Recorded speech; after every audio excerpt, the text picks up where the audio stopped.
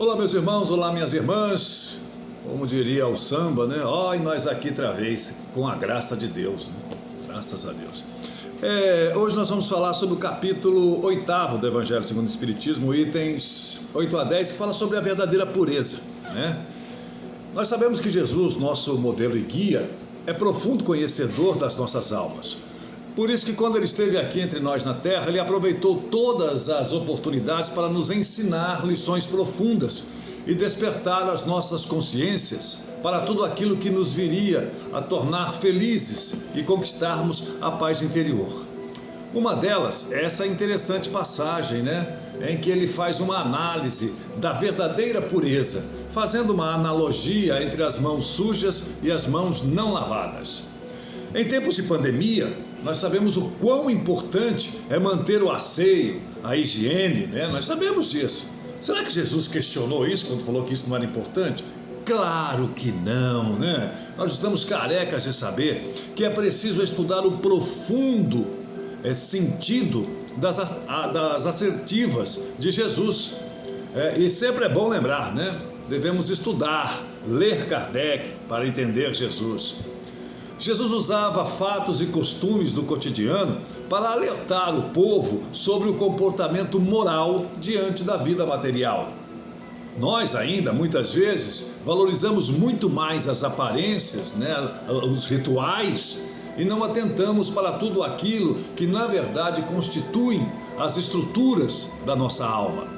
Nós estamos ainda na infância espiritual, no segundo planeta na escala dos mundos, não é? Então, nós estamos distantes da condição de espíritos perfeitos e certamente podemos nos comparar aos fariseus da época de Jesus, o que o obrigou a dizer, lembrem-se: este povo me honra com os lábios, mas o seu coração está longe de mim. Finalizando com a exclamação: insensatos. E tem visto isso aí, né? Alguns expoentes de determinadas religiões, espiritismo, catolicismo, os evangélicos, fazendo coisas que Jesus não ensinou, que não estão nas leis divinas, né? Então não é a religião. Todos nós sabemos quem somos e que temos muito ainda que reformar na intimidade do nosso ser. Nós crescemos acostumados a dar importância extrema aos valores externos. Não que estes não tenham o seu devido valor, mas o mestre nos aconselha que busquemos primeiro os valores do espírito. Nem só de pão vive o homem. Esse é um conselho para que busquemos desenvolver em nós os sentimentos que o mestre veio nos ensinar, quando afirmou categoricamente: o reino dos céus está dentro de vós. É com isso que devemos nos preocupar, para que tenhamos verdadeiramente a pureza de coração, o que acelerará a nossa evolução, a nossa progressão espiritual. Deus nos criou à sua imagem e semelhança, não de riqueza e luxúria, mas de bondade, amor e caridade, porque todos nós temos dentro do nosso espírito esta centelha do amor divino. Então, é com isso que nós temos que nos preocupar. Caridade.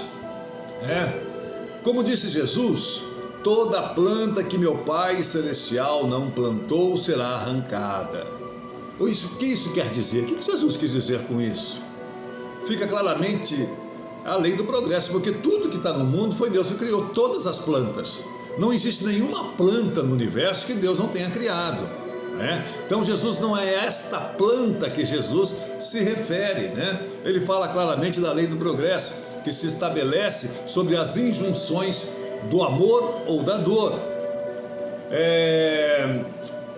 Cabe a cada um de nós o bom senso para optarmos pelo caminho mais tranquilo, que certamente é o da boa vontade, é o do esforço, da determinação para crescermos na direção de Deus, não na direção dos homens, né? Na direção de Deus e do verdadeiro reino que nos aguarda. Disse o Mestre Jesus que a vigilância e a oração são diretrizes seguras para a nossa reforma interior. Mas como pode o homem promover a sua reforma se não conhece a si mesmo? se não reflete nas suas atitudes. Por isso nós precisamos também de uma introspecção, nos interrogarmos constantemente sobre como nós estamos nos conduzindo na vida, quais são as nossas atitudes, quais são as nossas ações. Dificilmente conseguiremos êxito se não nos esforçarmos todo santo dia para conquistar a pureza de coração. Não existe folga, não existe férias quando o assunto é evolução. Então, Jesus não veio nos salvar, como erroneamente podemos acreditar, e sim, ele veio para ensinar os métodos de como viver bem e, através das sucessivas encarnações, atingir o progresso na intimidade do nosso ser como espírito imortal, para que nós nos salvemos. O homem é que salvará o homem, é a lei da meritocracia, a cada um segundo as suas obras. Puxa, Orlando, mas eu ainda sou tão inferior, nossa, estou tão distante, eu ainda faço muito mal, eu ainda penso coisas erradas, eu estou muito longe de ser um bom espírito, eu não consigo seguir todos os preceitos de Jesus como ele pediu. Calma, Lembremos de que o próprio mestre disse: eu vim pelos doentes, eu não vim pelos bons, porque os bons não precisam de médicos, os sãos não precisam de médico. Este é o consolo, ele acredita na gente. Agora, se você não acreditar em você, como é que fica? Então, lembre-se, Jesus acredita na gente. Tenha essa certeza, afaga os nossos corações, aconchega as nossas almas, porque nos dá a certeza de que há alguém, existe alguém que entende as nossas dificuldades e que todas as vezes que buscarmos a sua assistência para curar as chagas que torturam as nossas almas, iremos encontrar nos seus ensinamentos o ânimo, a coragem, a perseverança e o fortalecimento de nossa vontade de chegarmos ao objetivo maior da nossa vida, que é justamente a vitória sobre nós mesmos. Não é a vitória que a gente vê aí, mundo, quero vencer. No mundo não há vitória, vamos vencer o mundo, vencermos a nós mesmos. Ainda que pareça muito difícil, Jesus acredita em nossa vitória. E isto é tudo que devemos saber, é tudo aquilo que importa para fortalecer a nossa fé, a nossa alma nas lutas de cada dia. Relembrando a passagem bíblica provocadora desta reflexão de hoje, então chegaram a ele uns escribas e fariseus de Jerusalém, dizendo: por que violam os teus discípulos a tradição dos antigos? Pois não lavam as mãos quando comem o pão? E ele respondendo lhes disse: ouvi e entendei. Não é o que entra pela boca que faz o homem imundo, mas o que sai da boca. Isto é o que faz imundo o homem. Em outra ocasião, quando Jesus estava falando, pediu-lhe um fariseu que fosse jantar com ele. E, havendo entrado, sentou-se diretamente à mesa. E o fariseu começou a discorrer lá consigo mesmo, pensando: Jesus não se lavou antes de comer. E o mestre então lhe disse: agora vós outros, os fariseus, limpais o que está por fora do copo, por fora do prato, mas o vosso interior está cheio de rapina e de maldade. Nécio, quem fez tudo o que está fora, não fez também o que está dentro?